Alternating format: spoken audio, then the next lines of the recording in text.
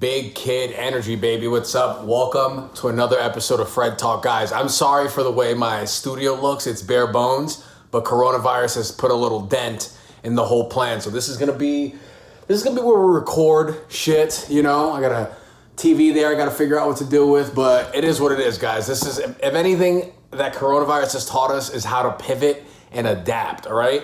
And that's what today's guest is gonna give us some insight on, baby, is branding your business, branding yourself, or just branding you in here. You know what I'm talking about? I met Stu. Today's guest is Stuart Brauer. I met Stu when he was the first CrossFit gym that I had ever been to. Awesome dude, funny man, intense. And this, I'm talking about, I appreciate people at a core who just let it fly. And this motherfucker is one of the best doing it. He's like my local Gary V, if that makes sense. This motherfucker puts out a ton of content. He's evolving and changing. He's ahead of the curve on a lot of shit. And to do that, you got to have some balls, because a lot of times to do shit that nobody's doing is you got to go out into unknown territory, and that brings a whole level of insecurity that I know that many of us go through. So Stu and I talk about that. We talk about how he got started in the fitness business game, and then also the branding game. He gives us some tips on what books to read when you want to kind of hone in on your branding. And then it's just a fun conversation, people. All right, so tune in to my YouTube channel, Freddy Valoy. Please subscribe to all the shit. Follow me on fucking TikTok, on Instagram. You know what it is, baby. My whole brand is self-development and funny. Funny first, whatever. You know what I'm saying? So I'm getting some good feedback on everything. So I just want to thank you guys so much. Right now, I'm a little sweaty because I'm working on the backyard out back. We're putting some pavers down. I'm recording a vlog on that, so be on the lookout for that. It's hilarious, I think, because we make a lot of mistakes, and it humbles us here at the beginning. Right now, it's patio 1, Red and Fred 0. So today we're gonna come back with vengeance and see what's up. So subscribe to the YouTube channel. Check out Stu at WTF Gym Talk. Follow him on Instagram. Check out his YouTube channel. His shit is popping, man. Love you guys. Big Kid Energy, guys. Let's do this, all right? We're staying strong here. We're almost out of this corona thing. I would say out of the worst part of it-ish, kind of, depending on where you're at in the country, right? So do what you can, and be nice to people. I love you. Welcome to FredTalk, where if you're not learning, hopefully you're laughing. You got it, dude. What the fuck is up? Dude, nothing much, man. How you been? I'm good, dude. I'm good. I'm staying busy, just zigging and zagging over here, trying to figure shit out. Yeah, how are you? Because I know, I'm like here with I got to do shit, but you're like on a different level. How you doing? We're good. I mean, we're fortunate. We were able to pivot quick on it, and I was working with gyms in Seattle. Seattle got hit with this shit real hard early on, like real hard. I mean, there were gyms that the first week in March, second week of March, they were already talking about closing down the gym and all that. So I got to watch it from afar and plan out ahead of time. But yeah, I think we've taken less than a 5% hit retention wise. So, which is for us is great. Owning the building and being my own landlord helps. Now, granted, I had to just get my mortgage on the commercial building forgiven by the bank. So we're honestly not in a bad spot. But yeah, we just became a media company overnight. I turned the back of the gym into a full video production studio, and we literally shoot daily, probably 3 hours a day. And then I hired a group of guys out of the Philippines, like one of these companies where you pay a flat rate of Video Husky, pay $500 a month, get unlimited video editing, unlimited. And they're great. They're honestly very good. For $500, it's a fucking steal.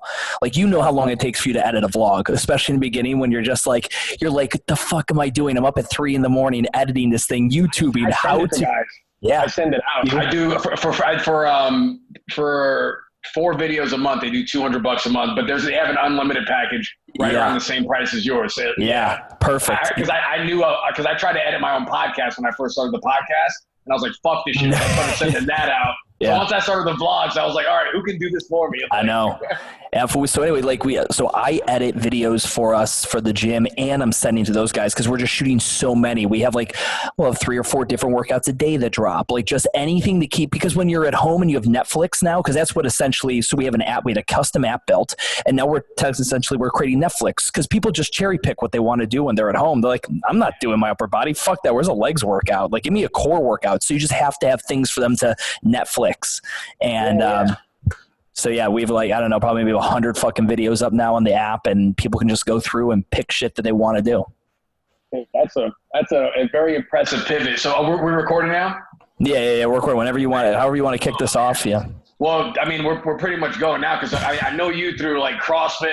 And since then, I knew since then you were a hustler, but I picked up when you got onto the branding hard. What made you combine your love for fitness and go, all right, this branding is essential. I got to fucking put the pedal to the metal on this.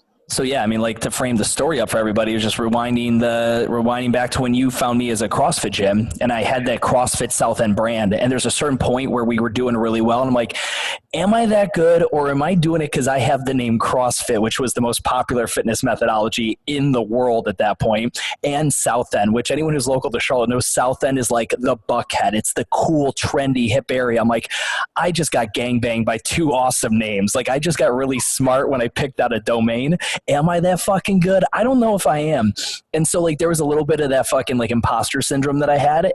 But then what it really became was, I love CrossFit. It gave me as a young entrepreneur something to grab a hold of. But a lot of what we started doing and changing in the gym didn't fit a traditional, people would come in oh, I used to do CrossFit in Greensboro. I'd love to do CrossFit here. And they're like, I'm not going to snatch in here. And I'm like, well, no, we just don't do it like that. Or what do you mean? I can't drop a weight from overhead? I'm like, well, no, if you be a big boy and set it back down. And I would say you're not doing kipping handstand pushups. I'm like, well, no, because I don't want you to look like an asshole. And so we started doing all these things that didn't align with the status quo of what a CrossFit gym was. And then I went into this thing where I wanted to buy this commercial real estate and franchise my model, and I couldn't do that being attached to CrossFit. So I had to go deep into not only the education, but the idea of creating your own brand. I had been standing on the shoulders of these 2 other brands, South End, which is a brand, it's a neighborhood here in Charlotte, and CrossFit. And then I had to become Urban Movement, and nobody, for years, even now we're 3 years in, we still got motherfuckers that walk in is this a microbrewery? And I'm like, no, it's not a fucking microbrewery. I'm like, God damn it. But what do you expect? You're 3 years old. You're a new brand. And now people are finally we track a lot of our SEO. So I know exactly what people search to get to my website. For the first a year and a half, CrossFit gyms near me, CrossFit in Charlotte. And now it's all Urban Movement, and they'll spell movement wrong or with the vowels, unlike how we spell it, or they'll put in functional fitness. So we're slowly getting the branding there. And again, my big thing with brand is I didn't understand it in the beginning either. I thought brand was my logo, and I thought brand was the cool slogan I was going to use. And it just ultimately what is if you could mic up, hide and put a hidden mic on all your customers, when they left the gym and they went to the grocery store and they saw their friend, and their friend goes, hey, where'd you just come from? Oh, I just came from Urban Movement. And their friend would say, what is that? Whatever the fuck my client would say, the words that would come out of their mouth, that is the brand. When I realized that businesses don't own their brand, they influence it. You influence it, and then it's out in the wild. And you just see what people say about you when you're not around. That is brand. And that's when I became just absolutely obsessed. And I went hard in on it. And now one of my specialties is rebranding CrossFit gyms. Oh, damn. So, all right. So, first of all, where'd you get the information? Where was you were I got to Marty Neuermeyer. So I would recommend you start with a couple books. Anything Marty Neuermeyer's written, he's written very visually. So any of your audience that is, if they're fucking stupid like me, we don't read good. There's a lot of pictures. Because his illustrations really help you understand branding. So Marty Neuermeyer, he wrote books called The Brand Gap. He wrote books called Zag. The great branding guy.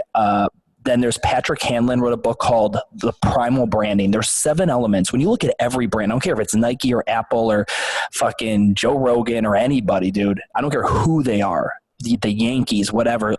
they all fall into these 7 elements that every good brand has, and you can identify them.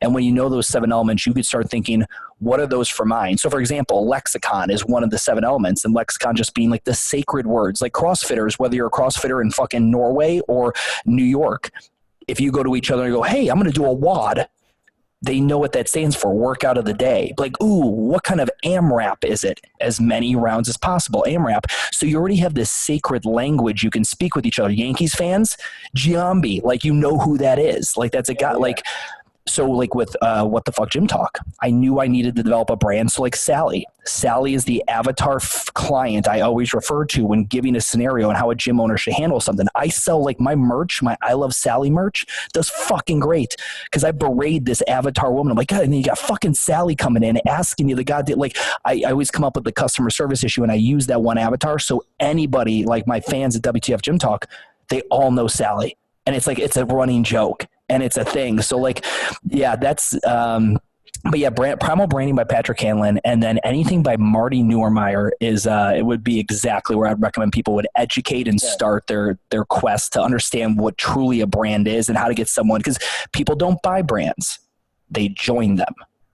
Like when you joined CrossFit South End and I was doing CrossFit back then, man, like you were like, he was like, this is my cool little underground hardcore gym that I go to. And you would tell your friends you did CrossFit, and it was kind of as a badge of honor. You like joined that tribe. And yeah, but that's where it all started for the branding stuff. Okay, nice. And so now when you talk about influencing your clients, so that they go and when they leave the gym, they talk about you, what's the first step to that? So we, when we got rid of CrossFit and I was no longer, I said, okay, I got to come up with my own lexicon. So we started changing the name. So we have our signature class is called Lift and Move. And then inside of Lift and Move, we had like 3 different styles of that class manifest. So we have, you have what are called sprint days, build days, or grind days. So your workouts always fall in one of those 3. You being a CrossFitter, I would say like a sprint is like a Fran, just down and dirty fast, like you want to die afterwards. A build is like any kind of moderate, 20-minute workout. And then a grind would be like Murph. Like you're just like, there's no way I'm doing all that. Like there's no way I'm going to die before I get all that done. And because you wanted 3 different feels. You wanted people to like develop what I call like the WWF, like good guys and bad guys. Everyone loved The Rock. They hated Vince McMahon. And you want that with your workouts or whatever you're selling. Like I wanted my members to start having like, I fucking hate grinds. Oh my God, it's a sprint day. I love sprint days. I'm going to the gym. And there were just little things like that. So we came up with different class names, styles, the way we ran it. Like you haven't been to my spot, but it'd be so funny to get your like reaction if you walked in here and saw it. Like we have a pick your spot. You literally, and it's so interesting now with COVID. Like I'm revered as a genius right now amongst the micro gym community because we have these squares. Each square is 8 by 6 and each square is separated by 6 feet from the other square. And it was not, this is all pre-COVID. I wanted the spin studio model where you had a square and we have a custom app that you register for that spot. So you're in spot 22 and you go there and your equipment is waiting there in your spot. You don't have to share equipment with anybody. And then every spot has a set of pull-up rings, high ones if you can do a full pull-up and low ones if you can only do ring rows. So you never leave your spot. You're just there. It's literally, I'm COVID empowered by this entire fucking thing. And how did you get ahead? I saw you post something about that on Instagram. And how did you get it? How did you get ahead? I did it for money. I did it for operational capacity. So to my left over here is one of my tenants in my building is a spin studio. And, you really start understanding the economics of fitness and you realize that a spin studio can fit 30 to 50 bikes in a 700 square foot room. And in any given class can make $800 to $1,000. And then you look at a CrossFit gym where because you use a 7-foot barbell and you have to run to a wall to kick up for your handstand push-ups, and then you got to run over there for the box, it's such a waste of space. CrossFit gyms normally have to get big to fit a lot of people in there. So in my effort to franchise something that I want to put in Boston and Chicago and Miami, I'm not going to be able to find 10,000 square foot warehouses for it. I've got to go small, very much like what you've seen Orange Theory do or Metabolics, Barry's boot camps, things like that. And that's where the pick your spot model does. It works great for yoga studios, works awesome for spin studios, but no CrossFit-esque gym had done it. So we did that. We shrunk our barbell. All we use now are 5-foot barbells. You still load them up to over 300 pounds, but they don't and you're a guy, like you're a strong dude. You pick up a barbell, you're not you're not using that full collar. Like a collar, for anyone listening, is the end of the barbell where you put the weights. The average barbell will allow you to put 4 45-pound plates on a bar, like on one side, and then 4 45-pound plates on another. And anyone doing the math at home, that's 405 pounds. Who the fuck needs that? Who in the world needs that? None of my clients. So we shrunk the barbell, which shrunk the footprint, and I'm able to fit way more people in a small space, and they still get pull-ups and power cleans and burpees and all that fun shit that that CrossFit provides, but in a business model that just made sense. So COVID, I'm set up for COVID, but it wasn't out of any kind of Nostradamus movement. I was just trying to make a lot more money. Are there people that think that securing that gym space gives you less space or able to fit less people? And how did you, how do you tell them to get over that, that thought process? Yeah, so the CrossFit business model has always been you grew your clientele base, which meant you grew your revenue, and then instantly you go and you get a bigger building. Right. And you were there. I transitioned from that really little spot. Like it was like 1,700 square feet to we went to like a 7,000 square foot. And then you mature in business and you realize that rent will always be your biggest expense, typically, especially in a city like Charlotte, and then payroll after that. And how can I minimize that fixed expense of rent? And it's going small. And you just, so a lot of my clients and especially the CrossFit gyms or the mixed modal strength and conditioning gyms that I work with, they're all like, well, but if I go smaller, I can't do these chipper workouts where we're doing 7 movements each. And I'm like, yeah, you're right. You can. You have to sacrifice that and be like, that's not that important to me. Like 15 years from now, when you're not making any money and your fucking kids can't go on the field trip because daddy's broke and they got the busted ass fucking Groupon braces, like you're going to wish you wouldn't have been such an asshole and kept your 15-minute chipper hero wad workout that doesn't make a lot of money. Oh shit, dude. Damn. Dude, all right. So here's one thing that I love about you is and I'm just learning this now, 6 years into my sales career, is instead of me trying to please everyone and try to get every account, which is impossible, but it's like a human thing where you want to go for everything. Now I'm like, fuck it. I'm just going to be myself. I don't give a shit. And whoever comes to me, I'm just going to do that. And I feel like your branding is that. And you don't care about necessarily losing clients. No, because so what are you selling these days?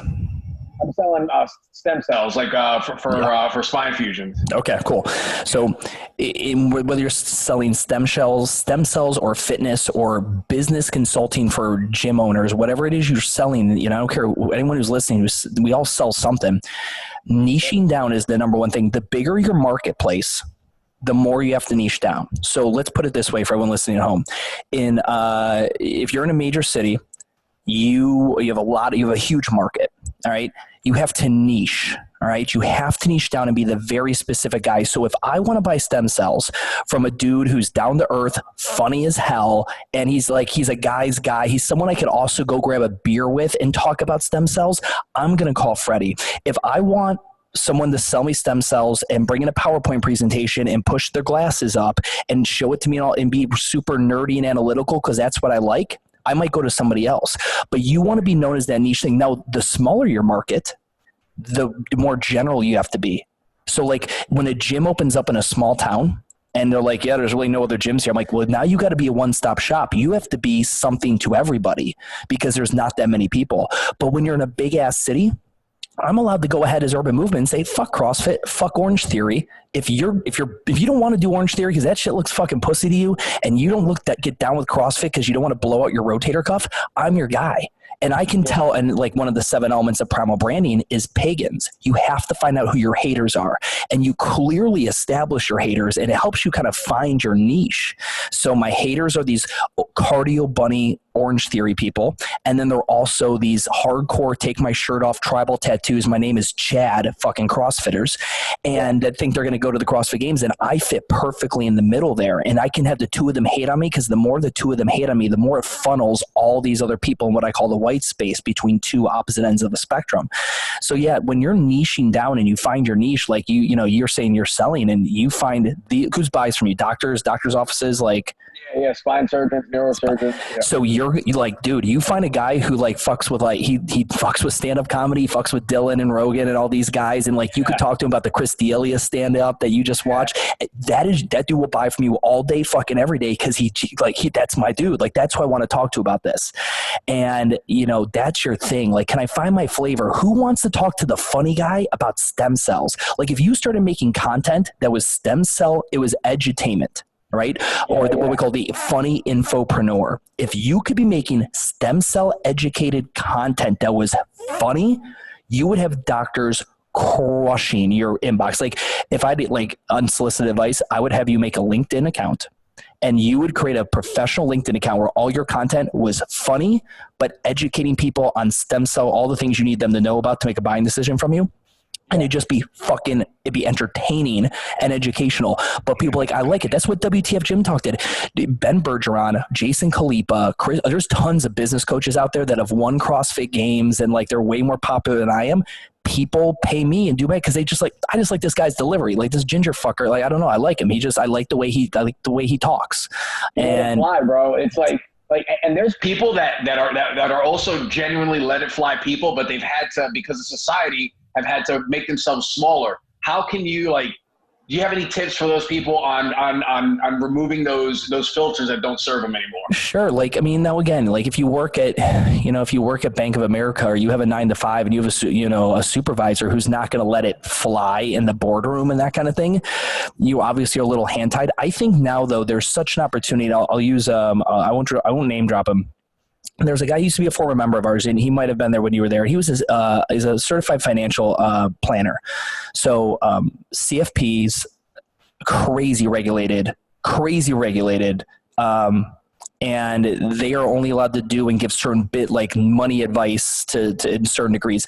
So same thing. I told him to go on LinkedIn and make funny videos about money that are general enough that he wouldn't get in trouble with who governs fucking financial planners, the SEC or something like that. Whoever governs, whatever that big body is that governs financial planners and Wall Street and all that, he has a lot of regulations. He can't let it fly as him, but he has a character. This character that he is on social media and LinkedIn especially, where it's him and his daughter at home, and he's trying to teach his daughter about okay, you have 4 chicken nuggets, dinosaur chicken nuggets, and daddy and the government just came and took one, and this one I threw it over here, and he makes these funny fucking videos, and people oh my God, it made me laugh. But I know he's smart. He definitely knows his stuff. I'm going to message him and DM him. His business, and he owns his own thing, has literally grown. I think it was 300. I hit him on my podcast. It's grown 300% since because he used to do stand-up. He did very amateur level here at the Comedy Zone, stand-up comedy. And anyone who can make people laugh, you're fucking golden. I'm sure you've talked to people in sales and that. If you can make someone laugh and really touch them, you got a higher chance of closing. Yeah, I used to hide the fact that I did stand up, and now I'm telling people it's been a game changer, bro. And now I'm just the thing that I'm I probably shouldn't say that. I'll get in trouble. I say it now. People get to laugh typically because I know what I'm doing when it comes to that. When you're funny and you're tuned in, there's the timing. You can feel that window of opportunity to make the joke, and you 100%, or you don't. The window's not there. I used to not even take the opportunity, and now it's changing the game for me. And they're seeing who I really am. It's all right, he's not this stiff just standing in the operating room anymore. He's I don't know. It's opened up doors for me. I would say probably maybe about a fifth of my clients that I get for WTF, and that's my full-time. My full-time job is the consulting work. My office is here at my gym. I have 2 full-time GMs. You remember Isaac, and I've got a male counterpart to that. His name is Deuce. They run the show. Consulting is my full-time work, and then it turned in I'm public speaking pre-fucking COVID. And but listen, I'm telling you, the thing that really that made me realize exactly what you just said, I'd get people who book me and they I just want to let you know, I don't swear and I don't appreciate the way you talk. But the fact that you're so authentic and you're consistently authentic made me, and I boil it down. I hire a branding firm out of Australia who does all the work for Urban Movement. And we collaborate with, and we were talking about, I'm everybody just wants to be cool. Everyone wants a cool brand, whether it's a cool gym or what is cool. And we determined just in shooting the shit, and I'm sure smarter people before us have also coined this, but cool is just being consistently authentic. regardless, like McLovin was cool, even though he was a fucking nerd. Like, we all know cool people. Look at the Breakfast Club. All those members of the Breakfast Club were inherently cool, but they were all different, but they were consistently them. It's the guy who's fucking constantly trying to be something else, like when he's around a certain group of people, or acts one way in front of person A and then acts a different way in front of person Z. No one likes that motherfucker. Like, you're not cool. Just be you. Like, and fucking own it. Like Dennis Rodman. Everyone's watching, The Last Dance right now, right? I didn't really realize how cool Dennis Rodman was until watching The Last Dance last night. And because he's just him. It's who he is. He is just a weird motherfucker. Funny story, in the 90s when I was in elementary school, we used to play basketball at recess, and people used to pick their basketball players. Everybody wanted to be Jordan or Pippen. I would always pick Dennis Rodman, to the point where I would take the chalk, the eraser, and they used yellow chalk at my school, and I would pat the chalk on my head so that my hair was yellow. The yellow? Yeah. Yeah, so 10 minutes in, I got chalk running down my face. So trying to play basketball. You're like, it's cool, though. I'm banging Carmen Electra. Fuck it, right? Oh damn! Do you ever get like insecure? Because you let it fly, bro. I fucking love that shit. Do you ever feel like, oh damn, I went a little too far there? Or like, So, I mean, I've done like, so I was Outwad as a transgender LBGTQ, whatever group, and I had them on my podcast. And like, I remember purposely, because I'm like, there's no way I'm going to go long without saying homo or fag or douche or bitch or cunt, or like, because I drop them all. Like, I have no filter. I'm like, I need to get all the people on my podcast before that happens to become friends with. So then when I say gay, I'm like, yo, but I had Outwad on the podcast. We're cool, bro. I didn't mean it like that. But no, I mean, in the beginning, I think just saying anything the second you hit record on that camera and that red dot's going, and this is going to be on the internet for anyone to pick you apart. Like, before you uploaded your first vlog, there's probably little butterflies. Like, who the fuck's my mom's going to rewatch this thing 9 times? Like, that's it. That's the only people who are going to care. And that's when I realized it's not about how many people. Like, there's what we call like micro influencers when I do like personal brand design. If you're going to have under 100,000, so once you get to 100,000 followers, you're no longer in the business of the content you create. You're now in advertising. You have to continue to amass and go that direction, 100,000 to 150 to 250 and so on, because now brands are going to pay you for the attention. Under 100,000, you're a micro influencer and you can sell your own product. So don't get it twisted. Anyone who has 250,000 followers, they might have a D2C brand, a direct to consumer, but they're selling advertising spots. Essentially, they're going to pimp a brand and someone's going to pay them to put it on their story, whatever. What the fuck, Gym Talk? I don't know. Maybe I have 3,000 followers, 4,000 on something on Instagram. I don't know. And the amount of money I generate on that to support myself and my family and things of that nature, you just have to go super deep. I'm sorry, you have to get super deep with these guys. Not why you literally you can become yourself, sell yourself, and sell a product, and not having to worry about selling advertising. No brand's gonna come to me and be like, "Hey, man, you've got 4,000 followers. Can I pay you fucking 10 grand to make up?" So like, no. But what it allows me to do is just to do me all the time, 100%. And if I fuck something up, if I say something off color, I'm not gonna lose all my income. I'm like, if I said fucking something way fucking, like, if I got fucking like Kramer one night and just fucking, if I pulled a Kramer, right, and I just went fucking off, I would have to make apology to people maybe and like explain myself, but I like wouldn't lose my livelihood because my audience isn't that big. Most of us, we're going to be doing this micro influencing thing where we're going to be influencing 1,000 or 2,000, 4,000 people. And you're a jet ski in the fucking ocean, man. You can just zip and dive and stop whenever you want versus be a Carnival cruise ship of fucking 200,000 followers that you can't stop on a dime. You're stuck. You're en route. You've got 200,000 people. Like, I thought we were going to fucking Jamaica. You can't turn this boat around right now. It's completely different. So anyone who gets into this space of like wanting attention, whether it's for recreational purposes because you think you're funny or you're good at guitar, or you have jokes to tell, or you want to develop a business out of it, I think the micro influencer spot, there is more money. I did this thing where I did a case study. Someone with 3,000 followers on Instagram making $300,000 a year versus somebody with 300,000 followers on Instagram making $300,000 a year. And the differences between those two, 300,000 followers, brands pay you now. Now you have to speak a certain way, post certain things. You can't say certain shit. They own you. the crowd turns on you a lot quicker because someone came there because you were advertising this new sports drink, and then someone else came there because you do this line of clothing that you pimp as well. And so people came there for a different reason, not even because of you, not even because of your thing. Maybe you look good or you're hot or whatever, but 3,000 followers, it's all you. And it's you when you were corny and didn't know how to use your fucking phone to make a video. And it was you before, like, you were good and they grew up with you. And it's cool. It's like CrossFit. When I found CrossFit in 2006, to kind of wrap it back, like to bring it back to that, CrossFit was so cool to me because I was like one of the few people in 2006 that knew about it in the entire world. Like I was one of maybe a couple hundred people. And then as it got bigger and bigger and bigger, it's now beholden to so many different opinions. Hence why I had to rebrand, because you had some people like, oh, I love CrossFit. And other people like, it tore my mom's rotator cuff. I hate CrossFit, Oh, shit. Yeah. Damn, dude. Oh, my gosh. So, I mean, and you said you have 3,000, 4,000 followers, and you're doing well over like 6 figures, right? Like you're supporting a family. You're investing in your business. So I recently got divorced. Me and my wife are super dope. They're still cool as fuck. My ex-wife, but I got a kid. I got a 3-year-old. Oh, don't be sorry. See, that's one thing. You've never heard of anyone who had a bad, like everyone's divorce was a good thing. Some divorces are nasty. Yeah. Like my parents' divorce was fucking nasty. This divorce was dope as shit. We never even hired a lawyer. It was cool as fuck. That's good shit. Yeah. It's super cool. We're super cool about it. But it was, it's one of those things where, yes, you can 100%. I generally tell people, you can probably do 6 figures per 1,000 people that follow you if you truly are dedicated to the craft. And if you have you got to have something to say. Number one, step one, guys, have something to say, which I think most people do.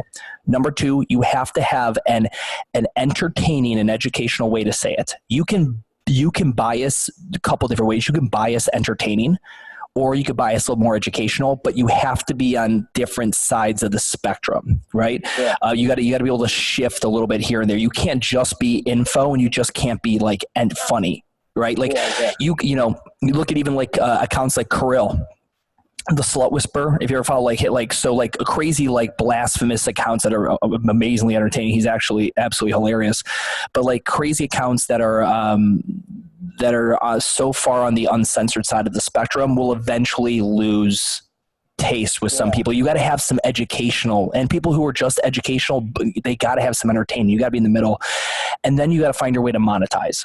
And for me, that was consulting services, which then turned into, I created an online school for gym owners, for people who never went to business school and they want to open up a gym. And then my speaking engagements. And that was the last year and a half. I went really big on speaking engagements and really perfecting my craft with the mic. And then we're getting 10 of them booked this year, and then fucking COVID hits, right? But like, yeah, you have something to say, have an entertaining, educational way to say it, and then find out how you plan to monetize it. And I believe you can do $100,000 per 1,000 subscribers. And you could break it down. Well, then 1,000 people, how much do each person have to pay me? Like you could literally do the math and break down this entire thing.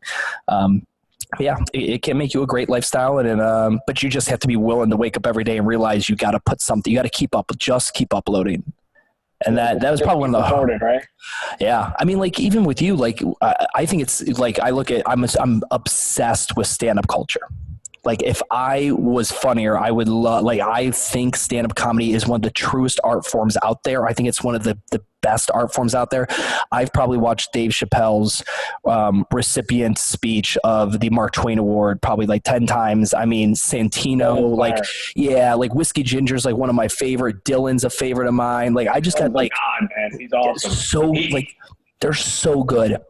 And they're orators that just sit there and perfect their craft, but them uploads are getting on stage. Yeah. I'm curious with COVID, like, are there going to be like, has anyone done like a Zoom stand-up special? Like, has anyone gotten up and done like Joe Rogan's like, listen, obviously not him. He's got the podcast, but like, could someone go ahead and be like, hey, I'm doing a free stand-up special. Right? Like I'm doing it. Here's the Zoom link. A gazillion people can attend. Go for it. I'm just going to stand up here. Like, has that happened yet? Has anyone done virtual stand up during this whole thing? Yeah. So from top to bottom, it's been done, and it's been weird across the board because we don't get that feedback. There's something to being in a live room where you get that immediate feedback, energy back. Pivot. Yeah. There's like a transaction with the crowd, and it's okay on Zoom, but it's not like that gratification, especially for the comedian, because there's a feeling up there. There's a rush when you say something, especially when it's like, I just thought about this joke today. Let me go try it. And it works. You're like, it's like this. I mean, I wrestled, I did MMA, I did CrossFit. This is by far the most like, you talk about dopamine rush that I ever get. Yeah, it's like, and just recently, like over the past, I don't know, 6 months, I've gotten like way funnier. I've just been like letting it fly. Feel like I'm being myself more on stage. Bill Burr says it the best. He's like, before you start stand up, you're the guy at the bar making people laugh. You're making your friends laugh, and then you start stand up comedy, and then you spend the next 10 years trying to be that same guy off stage.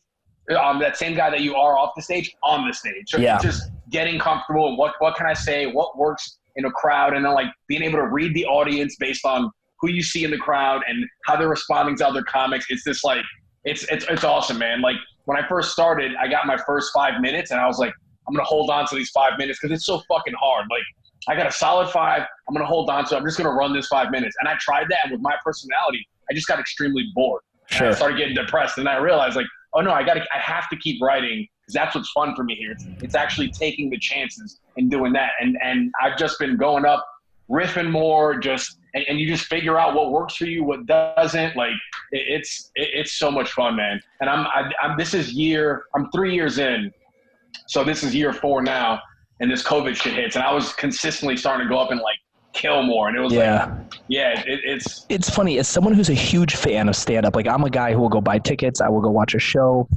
You know what I really want to see? I want to see what Seinfeld and Burr and Louis and all those guys would say sitting around drinking coffee. Like I want to see those conversations that are completely impromptu, because I can picture, because I know I have it for me with my content that I'll do at a speaking gig and whatever, is I'm like I'll literally be sitting here, I order Chipotle and I'm thinking about this, that, or the other thing. I'm like, holy fuck. A, that's totally fucking true. Why are people doing that? And fuck, that's funny. I can make that work. And like, I want to do it right then and there. So, but like, I can go fucking Instagram live and just fucking test it out and just spit it out there. And a portion of people are going to see it. And if I get good feedback on it, then I'm like, okay, cool. Maybe I'll make that into a thesis into my business coaching or whatever it may be. But I think so much of what I think would be so interesting is like, that's why I like people like Rogan and stuff like that, especially when he has comedians on. Because it doesn't feel like they're a Netflix special. It feels like I want to be that fly in the room. Like, have you ever watched The Shop with LeBron? No. So HBO has a series called The Shop, and it's just LeBron, generally a bunch of black athletes, and then they always bring like a white guy in. So they brought in like Seth Rogen one time, Jon Stewart another time, whatever, and they all just sit around the barbershop drinking and shooting the shit. And it is just like, because you always wonder, like, I know what LeBron says after every game. I can recite what LeBron says at the end of every game to the announcer. I want to know what the fuck that dude says on his third glass of fucking Henny, getting a fucking fade, and then start talking about Trump. That's what I want to see, And it's uncensored and raw shit, I think, is so fucking cool. And I think, honestly, like, for comedians and stuff like that, I always like, that's the shit I would love to see more of. I'd love to just see like 2 or 3 comedians getting on a call or just shooting the shit and it being recorded and just hear the riffs back and forth that just happen from the top of the dome. So I know Chris D'Elia did that with a couple of his comic friends. They just went on Zoom together and were like roasting each other and shit. He said he might actually open it up to the public. That's awesome. But that would work more than trying to do actual stand-up. If there's a couple comics like shitting on each other and just kind of riffing, like I started doing IG Live with a buddy of mine. I think we're going to do it weekly now. And I haven't really written that many jokes since I haven't been on stage in like 5-6 weeks, since whenever the quarantine started. But on that IG Live, we each wrote like 2 or 3 new bits that have potential. We don't know till we actually get it back on stage. But I'm like, oh damn, like now I have something here I can work with. Like, and I think it'd be cool for people to see that process, because people ask me, how do I write? And for everybody, it's different.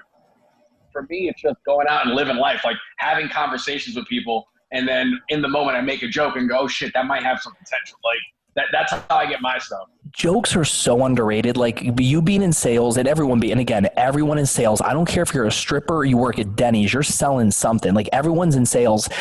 And when, like, we've all done this and everyone listening has done the same thing. You heard a joke once or you said a joke that was funny and then you repeat it to a bunch of different people. And where you might do it to test it, we're all doing it because we want to feel everyone laugh. We love the idea of making people laugh, so we rinse and repeat it. So one of my German clients, right, they were one of the first gyms that I spoke to about getting an app going and getting your workouts, like become the Netflix of workouts. And my German client on it, like literally within 48 hours, he's got like 70 workouts up there. And so I'm doing a video or whatever, and I'm like, yeah, those Germans, when they put their fucking mind to it, they do work, if you know what I mean, right? Yeah. And I make this fucking joke, and I'm like, oh, I'm going to use that every day this week because I love that feeling, you know? And it's so funny, man. Jokes are just one of those things that, like, making people laugh, and that's why I secretly, if I could ever come back, I would dedicate my life to that, I think, stand-up comedy, because it's just so, like, when I do speaking engagements, I'm up there, and I'm talking business, like I'm telling you how to increase operational capacity and all that, but I do it in my flavor, my style, and it gets people to laugh, it gets people to think, and there's just something though about getting a laugh from people.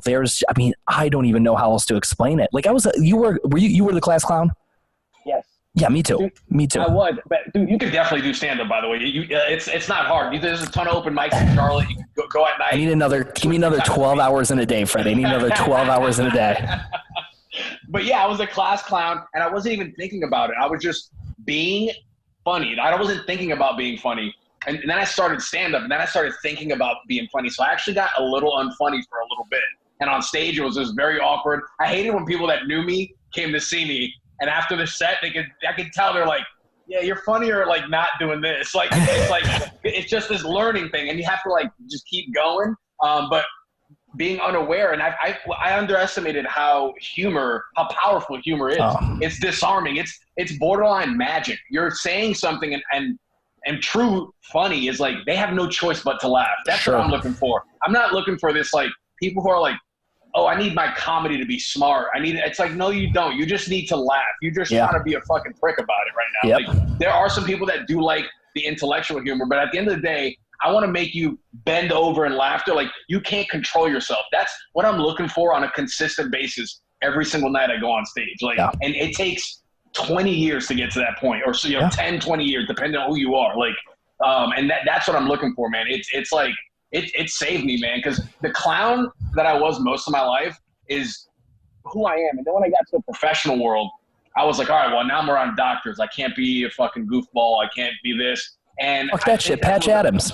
Patch Adams the fuck out of that. Dude? Like, and I think that was one of the big causes of it, like the multiple year like depression that I was in.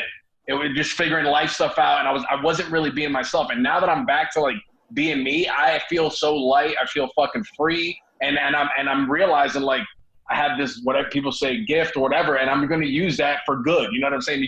You figure out your superpower and you use it for good. Like I do a lot of comic books and superhero movies and shit, and I don't watch Tony Robbins. That doesn't get me going. Yeah, no, that's not like, I watch like a movie scene from Captain America or like him doing his speech and like doing the right thing, and that shit literally I get tears in my eyes sometimes. I'm like, all right, I'm gonna go fucking that's my Bible essentially. So now it feels good that I got a ton of this like social weight, and I threw off all these filters that weren't serving me, and that's why I respect you so much, man, on what you do. I get so entertained.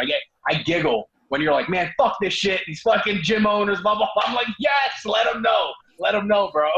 Have you seen, it's an Amazon Prime series called The Boys?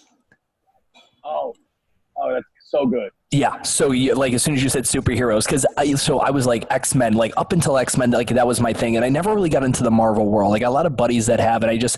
I could never dedicate the time to it. But anyway, I watched Boys. I like binged that during this COVID thing. And I was like, holy shit, this is so good. Oh, yeah. What's sad about that is that's actually how it probably would be. Superpowers were a thing. If there were superheroes, they would be the biggest prick. And it's just like some dude would walk in with these fucking leather bound, like these tights and a fucking leotard, just walk in and be like, are you Captain whatever? And I'm like, yeah, I'm here to fuck your mom. Get the hell out of here. What are you going to do about it? Just like laser my fucking head off. I mean, you see when people get money, they become assholes. Oh my God, let alone superpowers. Yeah, supernatural abilities. There would be so many dicks walking around. There'd be just perverts flying around jizzing on people, jerking off in the sky, just like perverts at a whole different level. Like if you could see through walls and that's the kind of world from like 5 miles away. Exactly, dude. Shit. Well, I'm curious. I want to ask you a question. Who is your muse in the stand-up comedy scene? Like, whose material do you watch and break down? Because that's the archetype or the skeleton of where you started. Because everyone, good artists borrow and great artists steal. I truly believe that, right? So, who's your guy or girl? I have a mix. So like Patrice O'Neal, I love him because just R.I.P. honesty.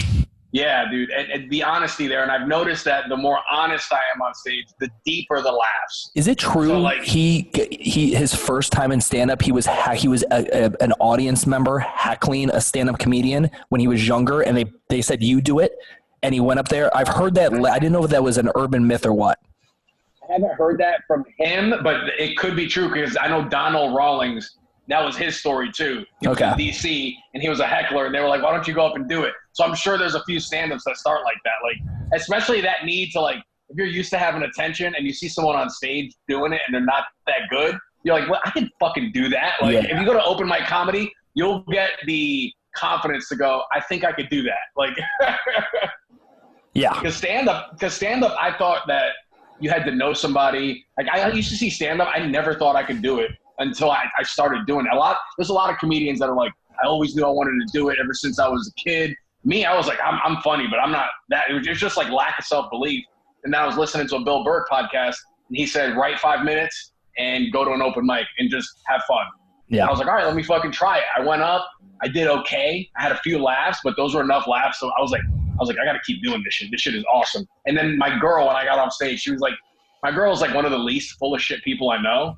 And because she's a ginger. Because she's a ginger. Yeah, you redheads. You can't, nope. You can't bullshit. She looked at me and she was like, I'm curious to see how, like, where you take this. And I was like, all right, I got to keep going with this shit. Like, yeah. Man.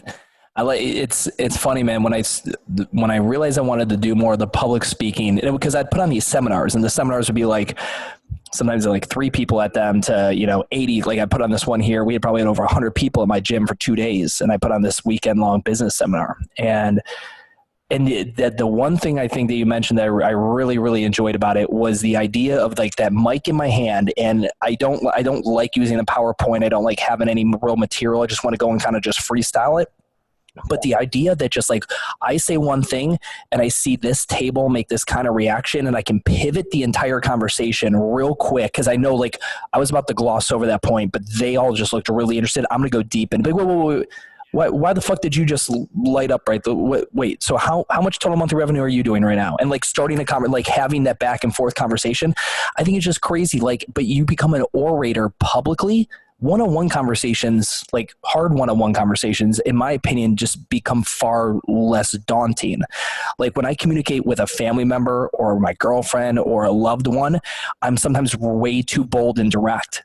I'm like too much me. And they're like, can you just tone it down? Like there's no one else here. You're not putting on a show for everybody. Like, and I'm like, no, I did just literally how I've gotten comfortable talking is just literally saying exactly what's on my mind.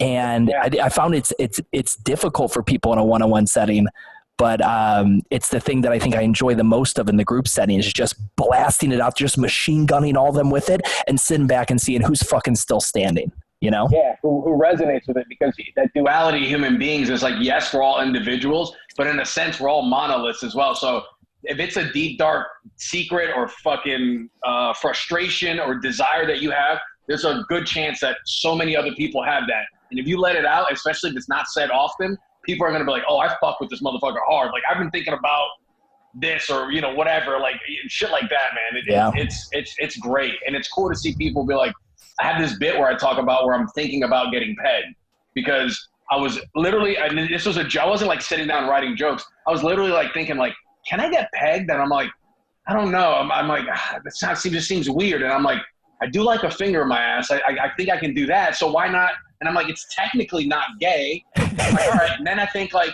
well, what position am I going to do? And not like, that's where I get uncomfortable. Yeah. I'm like, what position am I going to do and not feel like a bitch? So I go through like different positions, like missionary, style. And then I get the really big laugh when I'm like, I'm definitely not going to do the one where you're on your side and you're getting smashed. Like, definitely not going to do that one. The spoon pegging. Yeah. Is that what it's called? Yeah. I was like, definitely not. And I get up on the stool and that gets the hardest laugh. And then you just build off that. Yeah. And now I'm getting more comfortable with like, I have my bits, right? So before stand up, year one, I got a couple of weapons and I'm going into this unknown forest, right?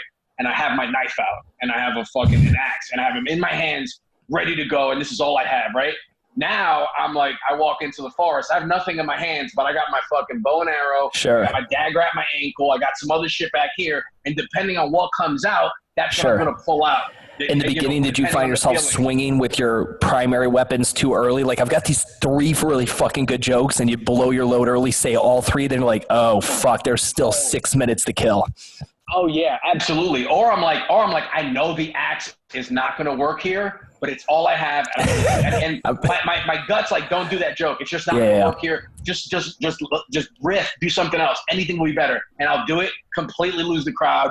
They fucking hate me. I probably ruined some people's nights. Yeah. All because I went against my gut. So you start to listen to like your gut, and like, you know, it's a fucking adventure, man. I love it. Neil Brennan just did the 3 mics. Did you see that?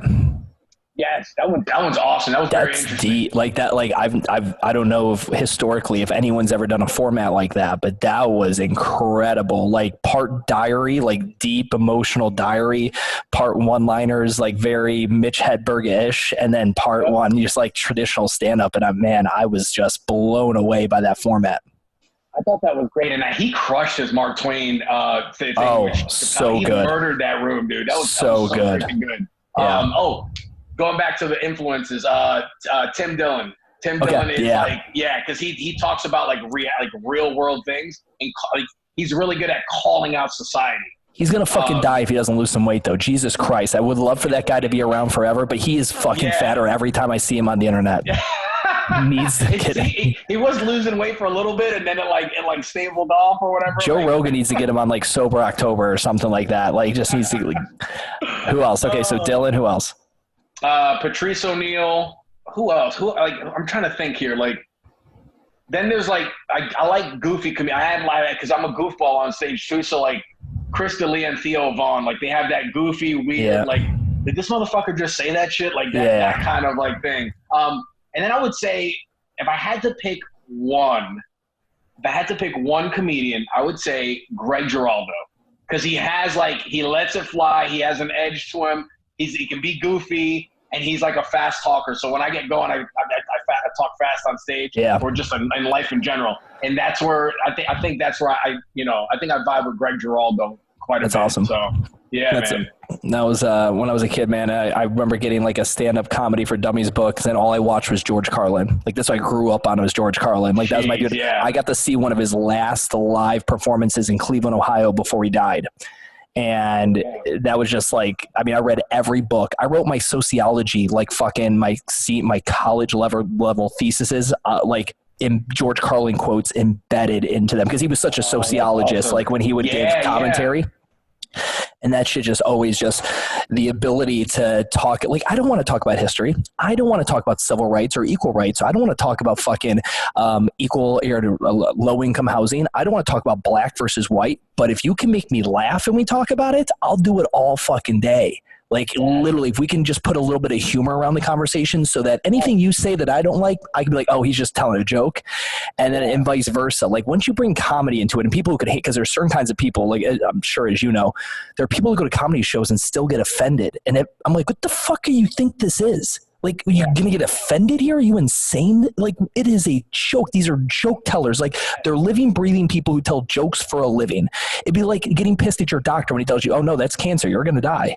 Like, that's his fucking job, is to tell you, I know you're not happy you're going to die, but it's it's what he said. It's his job. It's just. Dude, I think as a comedian too, I think it's weird when a comedian has a hard political stance, because I feel like we're supposed to be the guys one step out, observing and trying to be objective as possible. So like, and if you're honest, you'll be able to shit on a lot of different things. But it is weird to have, especially when someone's laughing at everything else, and then you make a joke about something that they believe in, and they're like, oh, no, that's not. It's like, dude, this is, I want to try to make everything I possibly can funny. I make fun of myself. Oh, yeah. Make fun of my I grew up in my household. My mom, my dad, we roasted each other. It was always like making fun of each other. Like you just learn how to take jokes. Like, I don't know, like the best example, like, and I do this, like Pete Davidson making 9/11 jokes because his dad died in 9/11. Like, that is the shit. Like, my dad killed himself. I'll make fucking soup. Me and my buddy Ralph, his dad died, my dad died, so we always joke around. It's always on Father's Day we have play catch by yourself day, and we'll fucking like let's go out and get drunk together. And we do it in this funny, like, people are like, oh my god, I feel so bad for him, but we're just rolling inside. We just think it's fucking hilarious to make you feel bad for us. Like, it's fucking hysterical. And that's important because that's how you process your pain as well. That these people that are trying to say, don't say this, don't make jokes about this. It's like, then don't listen to it. You can change the channel. You can leave the club. Yeah. Other people, that's how they process. Tell a rape victim they should never talk about it, right? Or like tell someone who's got cancer not to scream out loud or make a song about it. Like, that's 100% how people cope with their, just because my reality makes you feel or whatever, it's still like, it's my fucking reality. Yeah, dude, it's crazy, but I feel like, and now with COVID, there's no social justice warriors. I mean, they're not policing speech anymore. Now they're policing, you know, who's going outside and shit like that. But like, it's hopefully when we come back, those losers go somewhere else, man. They just need to figure something out. They need to figure themselves out. Like, it's just. I always think what makes me laugh during COVID is I think of all the group during all the racial stuff. It was the black group, and they had the free hug guys. The free hug guys that would just go to like the police, like all the police protesting, have the free hugs, and it was just a bunch of black guys wearing free hugs, and they'd hug the cops. Those motherfuckers are out of business right now. They're done. Like, they're definitely out of business. They're like, fuck. How am I supposed to protest without hugging? Dude, I would love, if you ever make it to Charlotte, I would love to just go to the Comedy Zone with you and just sit there. I'd love to hear your evaluation.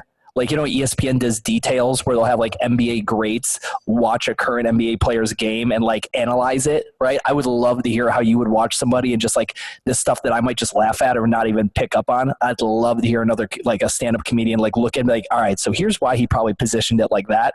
that's so, yeah. I love that. I'm like, oh, I like what he did there. He put this there because there is like a way to go, all right, if I'm going to talk about this heavy shit, and that's what I do. I earn your trust the first like 5 minutes. Sure, yeah. And then I go, because a lot of my stuff is race-based. I talk about being in an interracial relationship. Yeah, your Puerto Rican stuff is just, it's so good. It's so good.